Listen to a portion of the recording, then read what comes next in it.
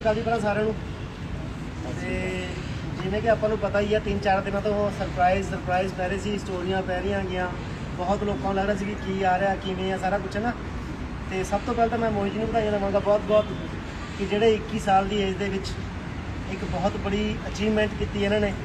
ਅਗਰ ਮਾਰਕੀਟ ਦੀ ਗੱਲ ਕਰੀਏ ਦੋਸਤੋ, ਲੋਕਾਂ ਨੂੰ ਮੈਂ ਨਹੀਂ ਕਹਿੰਦਾ ਕੋਈ ਮਿਹਨਤ ਨਹੀਂ ਕਰ ਰਿਹਾ, ਹਰ ਬੰਦਾ ਮਿਹਨਤ ਕਰ ਰਿਹਾ। ਮੈਂ ਵੀ ਜੌਬ ਕੀਤੀ ਹੈ ਜ਼ਿੰਦਗੀ ਦੇ ਵਿੱਚ, ਹਰ ਬੰਦਾ ਮਿਹਨਤ ਕਰ ਰਿਹਾ ਆਪਣੀ ਜ਼ਿੰਦਗੀ ਦੇ ਵਿੱਚ, ਪਰ ਉਸ ਮਿਹਨਤ ਨਾਲ ਜਿਹੜੇ ਮੁਕਾਮ ਤੇ ਇਹ ਪਹੁੰਚੇ 3 ਸਾਲਾਂ ਦੇ ਵਿੱਚ ਲੋਕਾਂ ਨੂੰ 40 45 ਸਾਲ ਲੱਗ ਜਾਂਦੇ। ਇੱਥੇ ਸਿਰਫ ਇਹ ਅਚੀਵਮੈਂਟ ਨੇ 3 ਸਾਲ ਦੇ ਵਿੱਚ ਪੂਰੀ ਕੀਤੀ ਹੈ। ਕਿਉਂ, ਕੀ ਕਾਰਨ ਉਹਦੇ ਵਿੱਚ ਆਪਾਂ ਕਲੈਪਿੰਗ ਕਰ ਸਕਦੇ ਸਾਰੇ ਇਸ ਵਾਸਤੇ। ਜਿਹੜੀ 3 ਸਾਲਾਂ ਵਿੱਚ ਅਚੀਵਮੈਂਟ ਕਿਉਂ ਆਈ ਹੈ, ਕਿਉਂ ਇੰਨਾ ਘੱਟ ਟਾਈਮ ਦੇ ਵਿੱਚ ਇਹ ਅਚੀਵਮੈਂਟ ਪਾ ਚੁੱਕੇ ਹੈ, ਉਹਦੇ ਪਿੱਛੇ ਇੱਕ ਕਾਰਨ ਹੈ, ਬਿਜ਼ਨਸ, ਜੌਬ ਔਰ ਬਿਜ਼ਨਸ। ਮੈਂ ਜੌਬ ਨੂੰ ਕਦੇ ਮਾੜਾ ਨਹੀਂ ਕਿਹਾ, ਮੈਂ ਨਹੀਂ ਕਹਾਂ ਕਦੇ ਵੀ। ਜੌਬ ਇੱਕ ਮਿਹਨਤੀ ਹੈ, ਮਿਹਨਤ ਹੈ, ਮੈਂ ਵੀ ਕੀਤੀ ਹੈ, ਪਰ ਬਿਜ਼ਨਸ ਤੇ ਜੌਬ ਦੇ ਵਿੱਚ ਬਹੁਤ ਫਰਕ ਹੈ। ਇਹਨਾਂ ਨੇ 3 ਸਵਾ 3 ਸਾਲ ਪਹਿਲਾਂ ਇੱਕ ਬਿਜ਼ਨਸ ਸ਼ੁਰੂ ਕੀਤਾ ਸੀਗਾ, ਉਹਦੇ ਵਿੱਚ ਆਨੇ ਬਹੁਤ ਲੋਕ ਹੈ।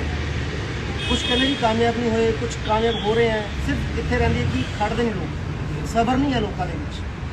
ਪਰਸਨ ਨੇ ਸਬਰ ਕੀਤਾ, ਮੋਹਿਤ ਜੀ ਨੇ ਨਾਲ ਡੈਡੀਕੇਸ਼ਨ ਦੇ ਨਾਲ ਕੰਮ ਕੀਤਾ। ਇੱਕ ਅਸੀਂ ਗੱਲ ਕਰ ਸੀ ਪਿਆਰ, ਜਦ ਤੱਕ ਤੁਹਾਨੂੰ ਆਪਣੇ ਕੰਮ ਦੇ ਨਾਲ ਪਿਆਰ ਨਹੀਂ ਹੈ ਤੁਸੀਂ ਕਾਮਯਾਬ ਨਹੀਂ ਹੋ ਸਕਦੇ। ਮੈਂ ਜ਼ਿੰਦਗੀ ਦੇ ਵਿੱਚ ਬਹੁਤ ਇਹੋ ਜਿਹੇ ਕੰਮ ਕੀਤੇ, ਸ਼ਾਇਦ ਨਹੀਂ ਲੋਕ ਕਰ ਸਕਦੇ ਹੋ, ਮੈਨੂੰ ਹਰ ਕੰਮ ਦੇ ਨਾਲ ਪਿਆਰ ਰਿਹਾ ਹੈ। ਜਦ ਤੁਸੀਂ ਆਪਣੇ ਕੰਮ ਦੇ ਨਾਲ ਪਿਆਰ ਕਰਦੇ ਆ ਤੁਹਾਨੂੰ ਉਹ ਸਕਸੈਸ ਬਹੁਤ ਜਲਦੀ ਮਿਲਦੀ ਹੈ। ਤੇ ਸਕਸੈਸ ਹਮੇਸ਼ਾ ਆਪਣੀ ਕੀਮਤ ਚਾਹੁੰਦੀ ਹੈ। ਜੋ ਵੀ ਤੁਸੀਂ ਅੱਜ ਬਾਏ ਕੀਤੀ ਚੀਜ਼, ਕੋਈ ਵੀ ਤੁਹਾਡੇ ਹੱਥ 'ਚ ਫੋਨ ਹੈ, ਘੜੀ ਹੈ, ਕੱਪੜਾ ਹੈ, ਕੋਈ ਵੀ ਘਰ ਦੇ ਵਿੱਚ, ਉਹ ਹਮੇਸ਼ਾ ਤੁਸੀਂ ਕੋਈ ਨਾ ਕੋਈ ਚੀਜ਼ ਕੀਮਤ ਅਦਾ ਕਰਕੇ ਘਰ ਦੇ ਵਿੱਚ ਲੈ ਕੇ ਆਏ। ਤੇ ਸਕਸੈਸ ਵੀ ਆਪਣੀ ਕੀਮਤ ਭਾਲਦੀ ਹੈ। ਸਕਸੈਸ ਦੀ ਕੀਮਤ ਕੀ ਹੈ? ਉਹਦੀ ਕੀਮਤ ਹੈ ਹਾਰਡ ਵਰਕ। ਜਦ ਤੱਕ ਤੁਸੀਂ ਹਾਰਡ ਵਰਕ ਨਹੀਂ ਕਰਦੇ, ਇਹ ਸਮਾਰਟ ਵਰਕ ਬਿਜ਼ਨਸ ਹੈ, ਪਰ ਇਹਦੇ ਵਿੱਚ ਵੀ ਹਾਰਡ ਵਰਕ ਹੈ।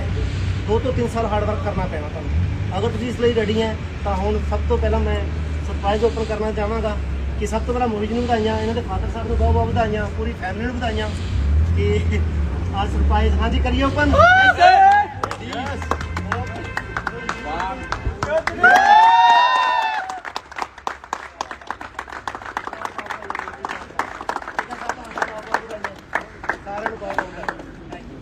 सर आपने बारे कुछ थोड़ा 2 मिनट दो जी। बिल्कुल देखो, जो जिस बिज़नेस के बारे में समझ, यही बिज़नेस मैंने आज से 3 साल पहले स्टार्टअप किया था।